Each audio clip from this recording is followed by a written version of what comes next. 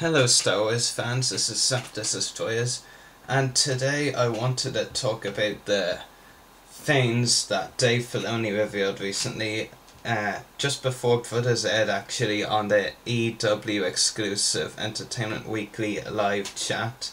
And I'm honouring my Facebook follower and friend Kyle Winner's request to have myself in person actually. You know, not just my voice but me as a whole in this video. So I'm now going to read out the most important questions that I felt were most important and give my opinions on them, and I can't read them all out and give my opinions on them because, you know, I only have a limited time for YouTube videos. Like, I can only put up to 15-minute videos, and seeing as now because of Kyle's request I'm actually looking behind the camera, I can't tell how much time has passed. So yeah, so hopefully by the time I've gone through all of the ones I'm going to go through, we won't have passed 15 minutes, otherwise I'll have to do this again, but we might as well get started now. William asked, any chance we could see Sandhill in the Clone Wars? Sandhill is one of the CIS leaders that myself and several other fans like Dan Grievous Returns have been requesting for a while now. Dave Filoni said, Muns have been in the show, if I mispronounced that anyway.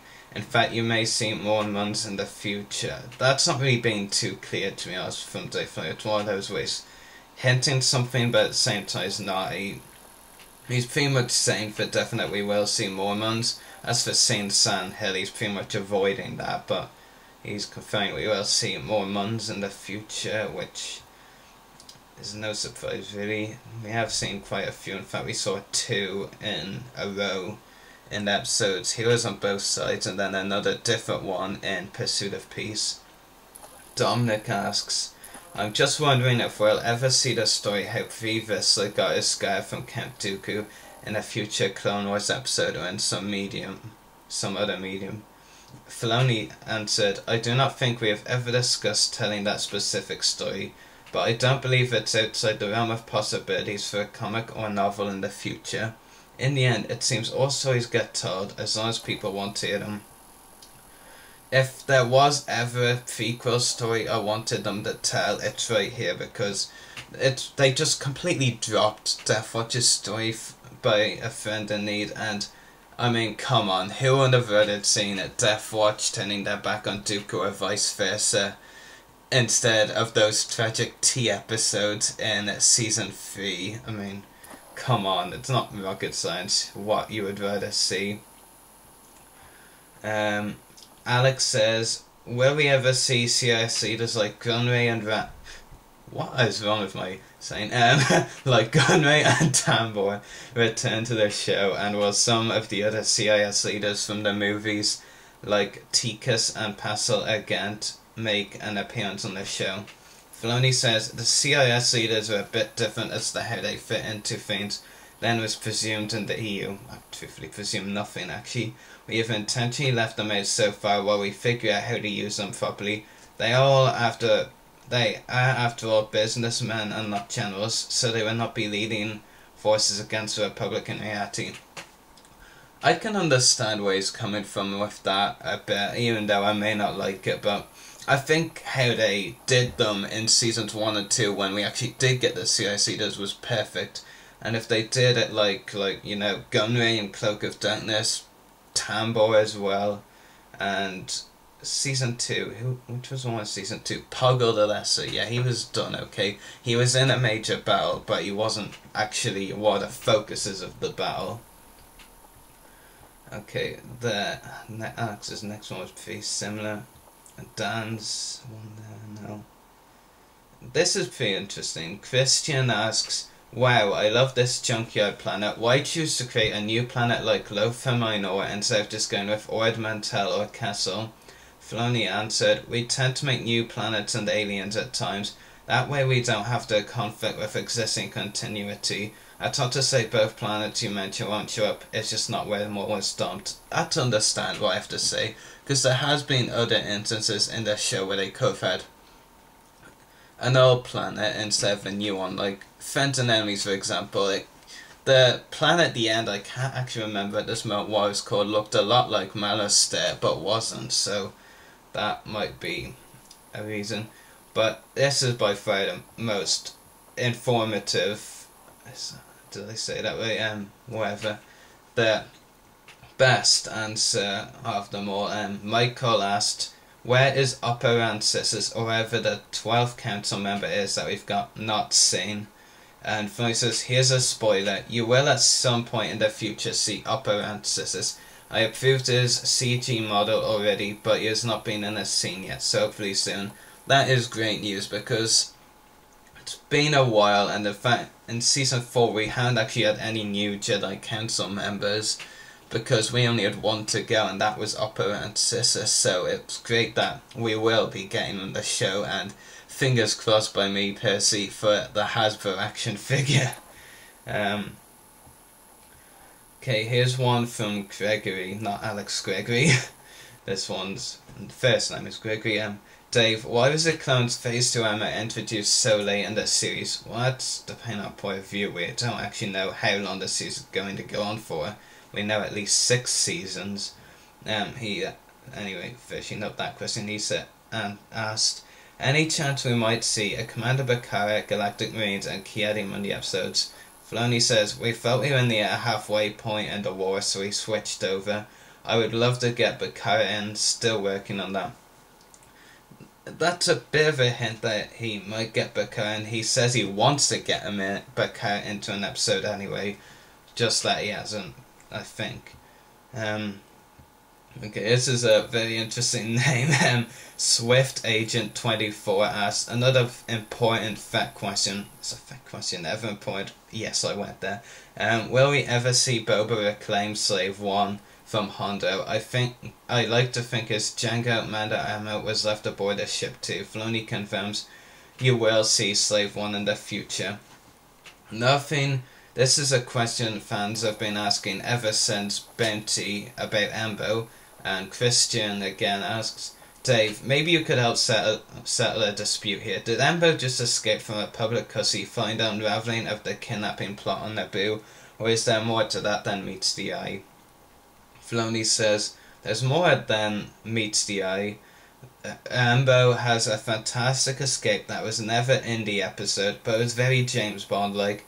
You can't keep Embo down, he's too cool now, and now with Pet Wolf Dog, Albino, and Nuba. I would have loved to see that escape. Definitely would have worked so much better than sitting Obi-Wan / Herdine, Cad Bane, and Morello Eval all made to look like an idiot within the very same scene. So yeah. Here's another one. Michael asks, can't wait until next week. He's referring to Revenge, yeah, which is coming up this week actually. By the time I did that, it was much later.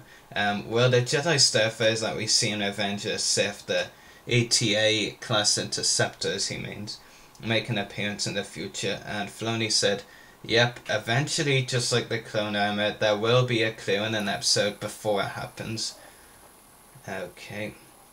And Christian again says, so Dave, what hints can you give about Season 5?